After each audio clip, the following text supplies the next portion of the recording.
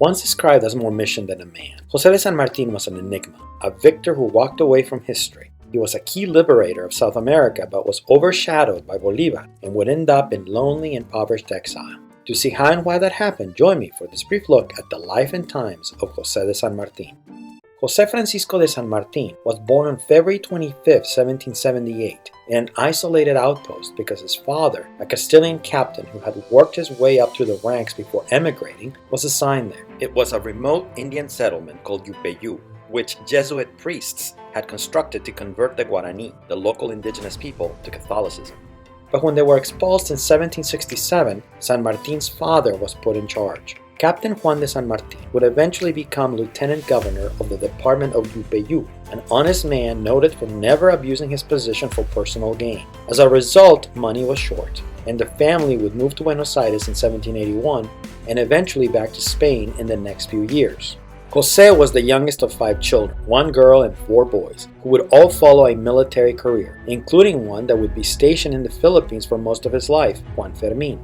No one else in his family would ever return to the Americas. The boys would all become cadets, in part because of his father's military prerogatives, which allowed them to be accepted into the Seminario de los Nobles, an aristocratic training ground for service to the crown. There, the young José would study Latin, German, French, math, history, and geography. José de San Martín's military career was circumscribed by Charles IV's rather bizarre monarchy and France's expansionism. After joining the Murcia Regiment in 1791, San Martín took part in several Spanish campaigns in North Africa against the Moors. He would then end up fighting from one end of the Iberian Peninsula to the other, from the foot of the Pyrenees to Lisbon, and finally Cadiz, first against the French and then in alliance with them, as the Spanish crown first attempted to help the deposed Louis XVI regain his throne, and then decided to join the French against the British. During this time he was captured, stabbed and robbed in a different incident, and promoted to second lieutenant in 1795, captain in 1804. He grew to be a tall man, broad-shouldered and erect, with a pale complexion and a remarkably sharp and penetrating eye. He was not given to the depression that would plague Simón Bolívar, but he would develop physical problems, including bloody coughing that would weaken him during strenuous campaigns. Meanwhile, in May 1808, when Napoleon forced the abdication of Charles IV and Ferdinand VII and then tried to occupy Spain, San Martín was stationed in Cadiz and was called upon to help defend the Spanish administrator Francisco María Solano Ortiz de Rosas. On May 27, angry mobs who suspected Solano to be a French collaborator gathered and overran his protection detail. San Martín stood helpless as the king's deputy was dragged from hiding and on his way to the scaffold, stabbed to death. San Martín had to flee to Seville. The invasion severely debilitated the crown, and thus a junta in Seville took over civil administration of Spain and the Indies. The junta had the allegiance of the army, which tried to turn back French advances. San Martín distinguished himself in this effort and earned a gold medal and a promotion at the Battle of Bailén in July 1808, a Spanish victory that turned out to be the first open field defeat of a Napoleonic army. Unfortunately, this was ephemeral. The Spanish would be unable to drive out the French until almost 6 years later. In the meantime, San Martín would continue to serve and be present in multiple other battles, including Tudela, Badajoz, and Albuera. In this last one, San Martín would gain yet another promotion, becoming the commander of a regiment of dragoons. Cornered by the French at Cadiz by 1811, San Martín, along with the Spanish army, would try to hang on. It was here that San Martín began shaping his own political philosophy after meeting both English officers and Creoles, including Bernardo O'Higgins, the Chilean patriot, and discussing the ideas of Locke and Montesquieu. He joined a clandestine cell with O'Higgins, a fraternity that would later in Argentina be the Lautaro Lodge, a Mason-like organization with signs and passwords. Named for the Araucanian Indian hero of a popular novel, it would be the vehicle of democratic ideas. Perhaps for those reasons, that summer of 1811, he turned his attention toward the Americas. Now 33 years old, San Martín requested retirement without pension and permission to travel to South America under the pretense that he had family matters to settle in Lima. Once granted, he set sail first for England, then Buenos Aires, where he arrived in early 1812. What San Martín found was a city 2 years removed from its May Revolution of 1810, in which Buenos Aires had declared itself autonomous from Spanish rule and placed under the rule of a triumvirate. Within days of arriving, San Martín was interviewed by the Buenos Aires authorities and asked to set up a cavalry unit, which the city lacked. He immediately set to creating one, which would become the notable Regiment of Mounted Grenadiers.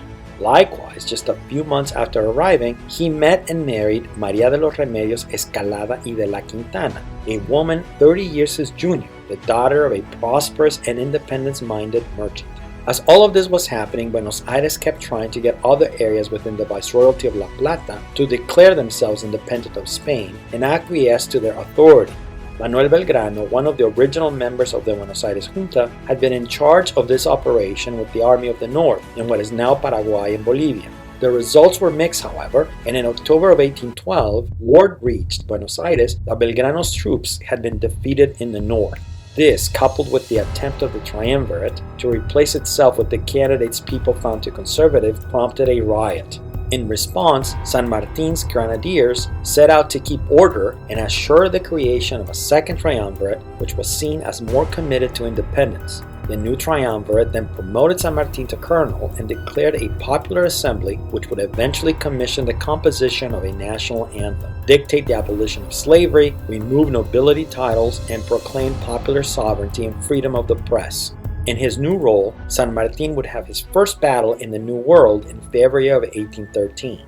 Spanish troops had been disrupting river trade with the interior, and San Martín aimed to stop it. This opportunity would come at San Lorenzo, where he attacked a contingent of about 250 Spaniards, losing about 25 of his men, but coming out victorious. In the battle, San Martín's horse fell and rolled over on him and would likely have been killed or captured had not a quick-witted soldier saved his life. In late 1813, Belgrano's army lost a few more battles, that of Vilcapugio and Ayohuma, so the triumvirate opted to replace him with San Martín. Arriving at the Patriot camp of what is now Salta province in January 1814, San Martín reluctantly took control of the troops in what came to be called Yatasto Relay. He then set himself the task of rebuilding the army and holding the Spanish at bay. San Martín recognized that the direct route to Lima through what is now Bolivia was a dead end for the Patriot troops, which could not sustain a supply line over jungle trails. He also knew, however, that the Spanish had the same problem in reverse. Their supply trains could not withstand harassing raids by guerrillas. Thus, San Martín set his eyes toward the Andes Mountains, a plan to go through the central plain of Chile, taking Santiago and Valparaíso, then sailing with an invading force to Callao, Lima's port. Slowly, San Martín raised an army, imposed taxes, recruited seamstresses to make uniforms, and even found a monk, Luis Beltrán, who knew enough chemistry to direct the manufacture of explosives. Remedios made the long journey to join her husband and gave birth to their only child, Mercedes, on August 4, 1816, in Mendoza. For even his small family, because he was working at half salary to help finance the expedition, San Martín had to borrow from the director of the revolutionary government, Juan Martín Pueyrredón, virtually the only leader in Buenos Aires who believed an attack over the Andes was possible. In May 1816, the Congress of Tucumán organized the United Provinces of La Plata, although united was the last thing they were. Nevertheless, on July 9th, shunting aside Ferdinand VII's apparent offer of a compromise, the Congress proclaimed independence. Now, the Spanish might invade any day, and San Martín, meeting Pueyrredón at Córdoba, got final support for his plan. The threat of a Spanish invasion from Chile actually helped San Martín recruit, adding urgency to his words, and several companies of artillery and mounted grenadiers were sent from Buenos Aires. Meanwhile, in Chile, an army under Bernardo O'Higgins briefly established Patriot supremacy, only to be beaten by the Spanish and Royalists in October 1814. As a result, San Martín found his efforts hampered by the necessity of taking in refugees, fleeing the battle at Rancagua. San Martín welcomed O'Higgins, his fellow Lautaro Lodgeman, and placed him in command of one of his divisions. By late 1816, San Martín's army was finally ready. He had prepared the way with misinformation, and although he chose the most direct, the Spanish spread their forces to cover the 6 possible routes their bad intel suggested. San Martín's army set out towards the mountains on the morning of January 5, 1817, carrying an embroidered version of the blue and white flag adopted at Tucumán. It had the strength of 3,778 men and 18 artillery pieces, with San Martín, O'Higgins, and General Miguel Estanislao Soler commanding the main force, while a secondary unit, including the artillery, was commanded by Juan Gregorio de las Heras, and 2 other smaller forces rode flanking movements through separate passes. The whole operation took nearly a month, and only about half of it survived. But once it crossed into Chile, it immediately began to have success, especially because, although the Royalists occupied the capital, other towns gave him a friendly reception. The first main battle occurred at Chacabuco on February 12, 1817, on the northern outskirts of Santiago.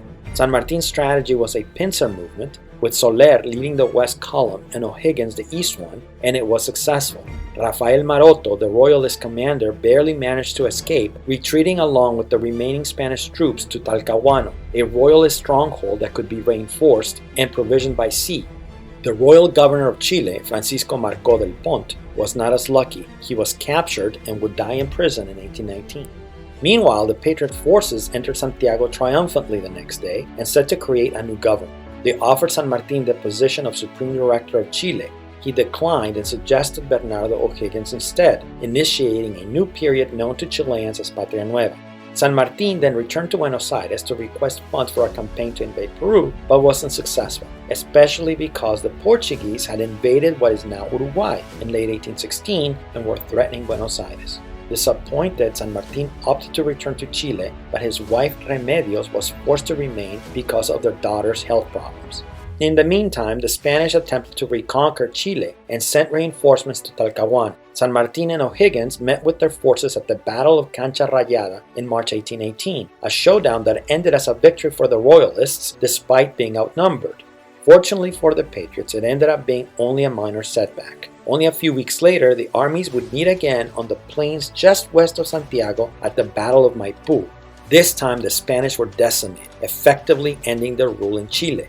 The complete victory seemed like it would be followed by the immediate fashioning of a fleet to attack Peru, but that action would have to wait over 2 years as a result of civil war in the Argentine provinces, where José Artigas, a commander from Montevideo, united several provinces around his federal league and even dissolved the government that had granted authority over the Army of the Andes to San Martín.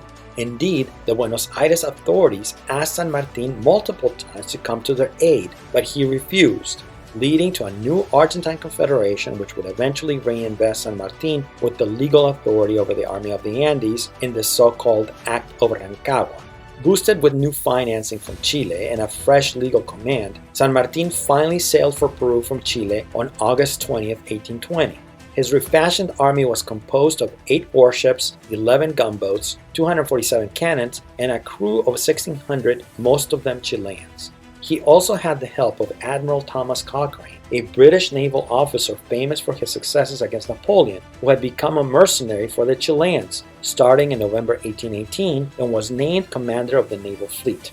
Counter to Cochrane's suggestion, San Martín opted to land in Paracas, some 160 miles south of Lima, and occupy Pisco, which had been abandoned by the Royalists. At the time, Spain had just experienced a liberal coup known as the Trienio Liberal. The viceroy, Joaquín de la Pezuela, had instructions to negotiate with San Martín. He proposed a liberal constitution for Peru if San Martín left the country, but that was obviously a non-starter for the Patriots, who wanted nothing short of independence. So the negotiations failed. Instead, San Martín looked to isolate Lima from its countryside by promoting rebellions among its natives. The Army of the Andes then sailed north of Lima, and Cochrane attacked the port of Callao, eventually putting Lima under siege. Faced with a quickly worsening situation, Lima authorities fled for the mountains, and then Pezuela was removed in a coup, making José de la Serna e Hinojosa the new viceroy. On July 28, after an open cabildo had discussed independence, San Martín presided over a full parade, unfurled a new flag, and declared Peru independent. This was not the end of the Spanish forces, however. They would retain much of the interior for years, with Cusco as their stronghold, and the last holdouts would not be defeated until 1826. Still, in the meantime, San Martín was named protector of the country and set out to establish a new government. He advanced access to education, founded the National Library, abolished the various forms of Indian servitude, and proclaimed the freedom of all children of slaves born after July 28, 1821. He also abolished hanging, except for traitors, and the whipping of school children. He drew the enmity of the established church by recognizing freedom of worship. For his efforts, San Martin was thanked with a coup attempt. His ministers were hated. Cochrane reasoned that San Martin was no longer under Chilean command, so he simply left with the navy. Then there was the issue of Simón Bolívar in the north. The Venezuelan liberator had been advancing to what is now Ecuadorian territory, and his military successes brought many political questions with them, not least whether Ecuador should be an independent unit or be integrated into Peru or Colombia. And although overall Bolívar and San Martin agreed that Latin America should be integrated, they disagreed on the kind of government it should have. Thus, they met in Guayaquil on July 25, 1822 to resolve some of these issues. The two men talked in private for several hours in the following 2 days, leaving no record of what was said. All we know for sure is that after a banquet and a ball in his honor, San Martin sailed for Lima, called an assembly on September 20th, resigned, and left. He made for Chile, where he lived with O'Higgins' mother and sister outside of Santiago until January 1823, when the Chilean liberator was deposed.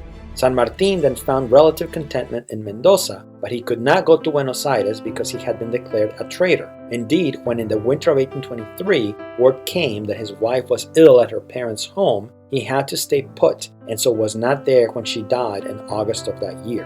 When he was finally allowed to make arrangements for her burial, he took their young daughter and sailed into exile in Europe.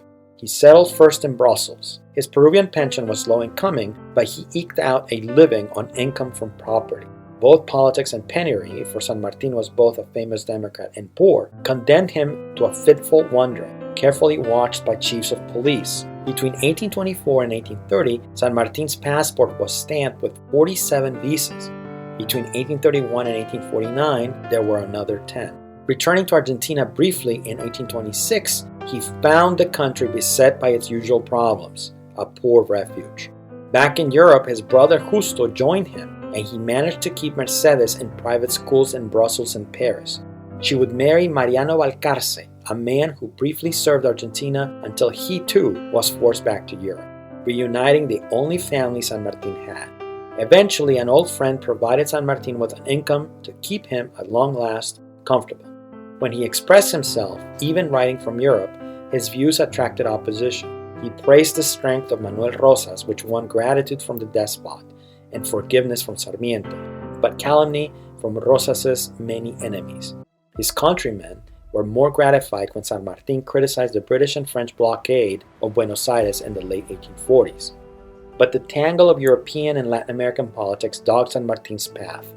When Louis Philippe fell in 1848, San Martin and his family had to escape from Paris to the countryside. Finally, on August 17, 1850, his road came to an end when he died at his daughter's home in southern France. His last wish was to have his remains returned to Buenos Aires, but that request would be delayed until May 1880, when he was transferred to the Buenos Aires Metropolitan Cathedral, where he remains.